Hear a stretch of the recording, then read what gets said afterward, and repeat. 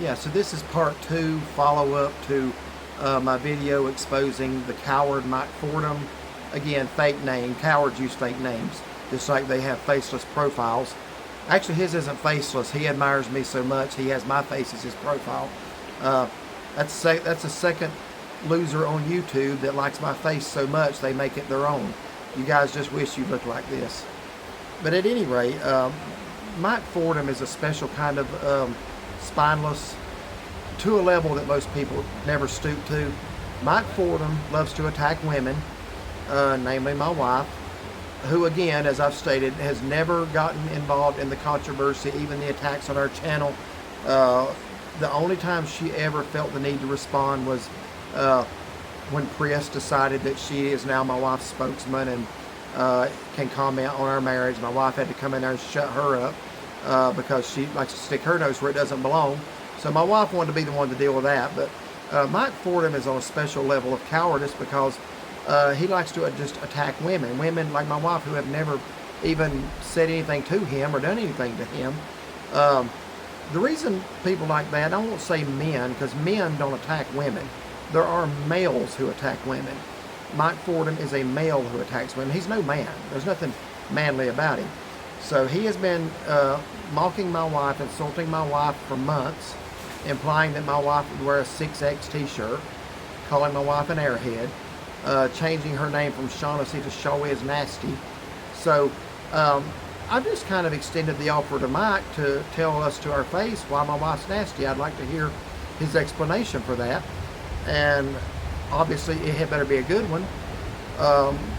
Or there's this thing about husbands defending their wives' honor, and I'm one of those husbands that will do that. So Mike knows that. So neither can he explain why my wife is nasty. Neither does he want to have to face a husband defending his wife's honor, because Mike is a spineless little nothing. He's a little boy that never grew up. And one thing he likes to do is use his grandkids as a crutch. Every time you challenge him, or actually he'll issue the challenge and you respond to it and say, okay, here I am. Well, I'm busy with my grandkids right now. He pulled that again yesterday. So Mike likes to use his grandchildren as a crutch to get out of situations that could potentially be embarrassing for him. So let me tell you what happened this weekend. Mike's been in Gatlinburg all of last week. He sends me a picture early week, last week or midweek, of he was up high, and you can see the sky bridge there in Gatlinburg and the Space Needle. So anybody who's familiar with Gatlinburg at all knows that picture was taken somewhere up around the Park Vista Motel. Either there, and I suspect it was there because he won't answer whether that's where he was staying. And I kind of responded to him and says, oh, you're staying at the Park Vista. And he wouldn't respond. So I think I hit that one on the head. That picture was taken from that area. No doubt from one of the rooms. So he had already told me, he'd already said he was going to be there through the weekend. And then he made some comments on some public posts on the little miserable ankle biter channels last week about how he'd love to meet me in Gatlinburg. He even dared me. He says, walk up to me on the street and you'll see how that goes for you. Well, for me to walk up to somebody on the street and confront them, I have to know what they look like. Mike operates under a fake name and my face is his profile, so clearly I cannot walk up to Mike on the street without knowing who I'm looking for. On the other hand, Mike has watched over 1,000 of our videos, so we're pretty recognizable. The way I know we are is because every time we go to Gatlinburg, people recognize us. We met about 8 more subscribers this weekend, so that just saw us out. So they recognize us. Mike has trolled our channel for a while. He used to be a watcher of our channel, still watches it. And so if anybody should walk up to anybody on the street, Mike should do it because he knows what I look like. So again, as I said in part 1, back in February, Mike was running that trap on one of the little ankle biter channels and said, I'd sure love to run into him on the street. Well, we were there that weekend too, so I said, Mike, you tell us where you want to meet, and you name it, we'll adjust our schedule, we'll be there. Well, Mike went silent for the next 3 or 4 days until he knew he was back home and safe, until he knew we were back home. And the meeting couldn't happen. And then, oh yeah, I was busy with the youth convention that weekend. Well, then why did you ring him out to start with? Why did you say I'd like to meet him on the street, and then use? Mike likes to use kids as his excuse. It's either his grandkids or it's youth group or somebody. Mike always uses kids as his excuse for why he can't back his words up. So Mike and I email quite a bit, actually. We'll have times where we don't, and then I'll wake up one morning, there'll be 10 emails from him. He's a very petulant, babyish little guy, and if I had his address, honestly, I would send him a bottle and a pacifier and a bag of diapers, because that's the level he's on. That's the mentality he has. That's the maturity he possesses. So I would just like to get him something that's fitting for his category. But last week I saw him commenting again. He was up in Gatlinburg, and it just so happened we were going to be camping in Elkmont, 7 miles from Gatlinburg this weekend. We weren't getting there until Thursday, so I'm going to tell you what Mike does, and I'm going to go ahead and show you some emails here in just a minute. I'm going to tell you how Mike operates.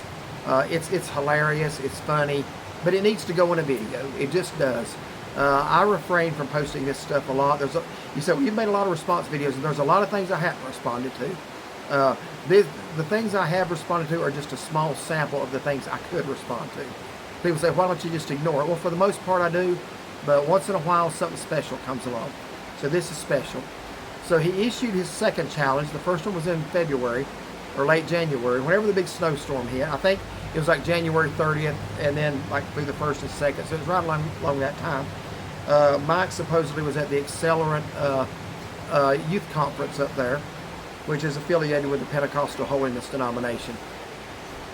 So he supports, or he advances this idea that he's such a high demand youth speaker. The guy's not even a Christian. The guy's not even saved. Anybody who would ask this guy to speak, I think he's lying, but anybody who would ask this guy to speak and address young people obviously isn't vetting their speakers very well. I mean, you know, it's amazing the way this guy lives on the internet. He attacks people. He mocks people for their weight, for their looks, for their age, for their the foods they eat, how they eat it. This guy is just an overall scumbag, and there's no nice way to say that. So he issued his second challenge this past week, and I see him again over there commenting, and he challenges me. He says, walk up to me on the streets of Gatlinburg. And again, knowing full well I don't know what he looks like. Understand, he knows that. So it's easy to issue a challenge like that if you know the person doesn't know who you are. So why don't he walk up to me on the street? He can't answer that. He just deflects. Everything you ask him, he deflects. So I responded to that and told him, I said, I will be camping in Elkmont Campground. I said, we will be getting there Thursday evening. There are no national park campgrounds where we have cell signal. None. The only way you can even send a text is there's a satellite method that you can put on your phone if your phone does it, or you can download that you can get a text out by satellite, but you cannot check email. You cannot send pictures. You can't even take a screenshot or a picture and send it. You can't do that. Only text. You can't make a phone call. You can't check YouTube. You can't check email. You can't do anything other than send a text via satellite. So he knew that. And I told him that. I said, well, we won't have signal, but I said, here's what I'm going to do, Mike. I said, on Friday, I said, we're going to be having lunch at the Best Italian in Gatlinburg in Elks Plaza. So I gave him advance notice where we'd be and about what time. You think Mike showed up? I'll give you 3 guesses on that. No, and no surprise there. So when I got to town, we had a very nice lunch with 2 viewers from South Carolina, Judy and Ray. Had a great time meeting with just good people. We love good people. We love people that are not mad at life, not mad at the world, that are not looking to try to tear others down, that don't get off by being an insulting, worthless piece of nothing. We like people who just have a smile on their face and a song in their heart. And Ray and Judy certainly did. So we had a very pleasant lunch. So after lunch, no Mike Fordham confronted us. So knowing he's still in town, I messaged him again and let him know, okay, I'm going to Walgreens, and then we're going to go to Food City. So I'm going to enclose those emails. I don't know if I said text, they were emails. I don't have his phone number to text him, but I do have his email address. So I'm going to go ahead and show you where I emailed him in town, and I emailed him quite a few times because when I got to town there was a couple of responses from him where he's like, Mike always cowards out and then tries to shift it to me like I'm the coward, like, well, I was ready. And I'm going to give you a hilarious example of this, and all you have to do is look at the timestamps on the emails. So Mike knew Thursday night I would not have any cell signal. So Mike waits until I'm in the campground to email me and tell me I didn't show up in Gatlinburg. Well, I had never said I was going to be in Gatlinburg Thursday evening. We didn't. We came across from Cherokee, across the national park, as the video will show, of our camping trip, and did not even go into Gatlinburg. We turned left at the visitor center and drove 6 miles out to Elkmont from there. So we pitched camp that evening, finally got settled in about 6:30, spent the rest of the evening in the campground until we went out to see the synchronous fireflies. And what a display that is. What a beautiful thing of creation those synchronous fireflies are. It's absolutely jaw-dropping. So we had a wonderful evening there, and true to our word, yesterday, this is Saturday, June 6th, yesterday, June the 5th, on Friday, went in, had lunch at Best Italian, just like I told little Mikey I was going to do, should he want that confrontation that he said he would love to have. Mike doesn't want the chance to meet us on the streets of Gatlinburg. Mike wants the chance to run from us on the streets of Gatlinburg, because that's all he's done, is run away. So he didn't show up there. So after lunch, I messaged him back again, said, we're going to Food City. Or I said, we're going to Walgreens, going to Food City. And I clearly let him know, and I'm going to show you this in the email. I clearly let him know after that, we're going back to the campground. And this is all before 2 p.m. Understand that. This is still early afternoon. So this is hilarious. I don't know if I'm going to be able to tell it without laughing, because it's just what a wuss does. It's what a little spineless coward that runs his mouth, talks himself into a corner he can't get out of and is afraid to man up and get himself out of. So he tries to just shift the blame and pretend you were the one who wouldn't show. So, of course, that's what spineless nothings do. So I messaged him and told him, we're going back to the campground soon. So then Shaughnessy decided she wanted to stop at the Smoky Mountain Farms Jelly Store. We did a review on that several months back. It's a great little place to get gift baskets. And so we sent some to one of our wonderful subscribers in Pennsylvania, Rebecca. Such a sweet, kind person. And she had mentioned when we did that first review that she thought some of those flavors looked good. So we just kind of thought, we'd like to get her a little assortment of some of those small jars and send them to her. So we did that. So then Shaughnessy wanted to stop yesterday and get an assortment for Rob and Melody out in California, who are really, really great friends of ours. They have been so kind and encouraging to us so many times in so many ways. So Shaughnessy wanted to get them an assortment, so we stopped there. So I emailed Mike from the parking lot, and actually the video that I uploaded yesterday was from there while my wife was in there getting Rob and Melody's assortment and a few things for us. So I uploaded that video. I emailed Mike again and said, we got one more stop here. You got a little bit of extra time before we go back to the campground. I think that was at 1:40. The timestamps will be on the emails. I'll highlight them. So Mike knows at 1:40 that we're only going to the grocery store, and then we're heading back to the campground where we won't have signal to get his email. So what does big, brave, tough Mikey do? Because he's all man, right? No, he's no man. He will, Mike at his age, if he hasn't become a man by now, he never will. It's not looking good. He's off to a really slow start. I don't expect him to ever progress beyond what he is. I guarantee you he's a total embarrassment to his wife. I truly, my heart goes out to any woman who expects any level of maturity from her husband and ends up with Mike Fordham. Okay, again, no doubt fake name. So I email him about 1:40-ish, and I say, look, you got one more chance to show up. You know what he says? He writes back and says, I'm busy with my grandkids. I don't have any more time to waste on you. What he means when he says I don't have any more time to waste, let me translate that for you. I'm scared to face you. He certainly had time to send more emails. He's wasted a lot. You know how much of his week he wasted emailing me? If I emailed people that much on our vacation, my wife would take me aside and say, look, are you spending time with me or them? So Mike has spent most of this past week emailing me. But at 1:40, he gets the email knowing that I'm going to be out of cell signal soon and will not see his email. But just to be sure, he waits till after 6 p.m. Over 4 hours later, because that's safe. Surely I'm out of range by then. And yes, I was. So we come back into town today after we checked out the campground.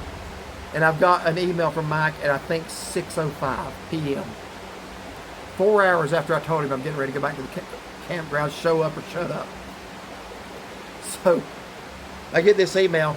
Oh yeah, you want to be at the Peddler at 7 o'clock tonight, less than an hour away. Well, first of all, we've already been in town. We're back at the campground. He knew we were going to see the fireflies that evening. So Mike knew not only would we not be at the Peddler, but he also knew I wouldn't even see that email challenging me, because Mike knows the things he said about my wife. I just might have forgotten about the fireflies and came back into town at 7. In fact, there's a really high, like 99.9% chance that's exactly what would have happened. But again, I don't know what he looked like. I could have pulled up the Peddler parking lot and he would have just looked the other way and tried not to look like he was guilty and hoped I wouldn't know who he was. And I wouldn't. So, big bad brave Mike waits 4 hours till he knows I won't get the email, then sends the email telling me when to show up at the Peddler. And then emails after that calling me the coward for not showing up.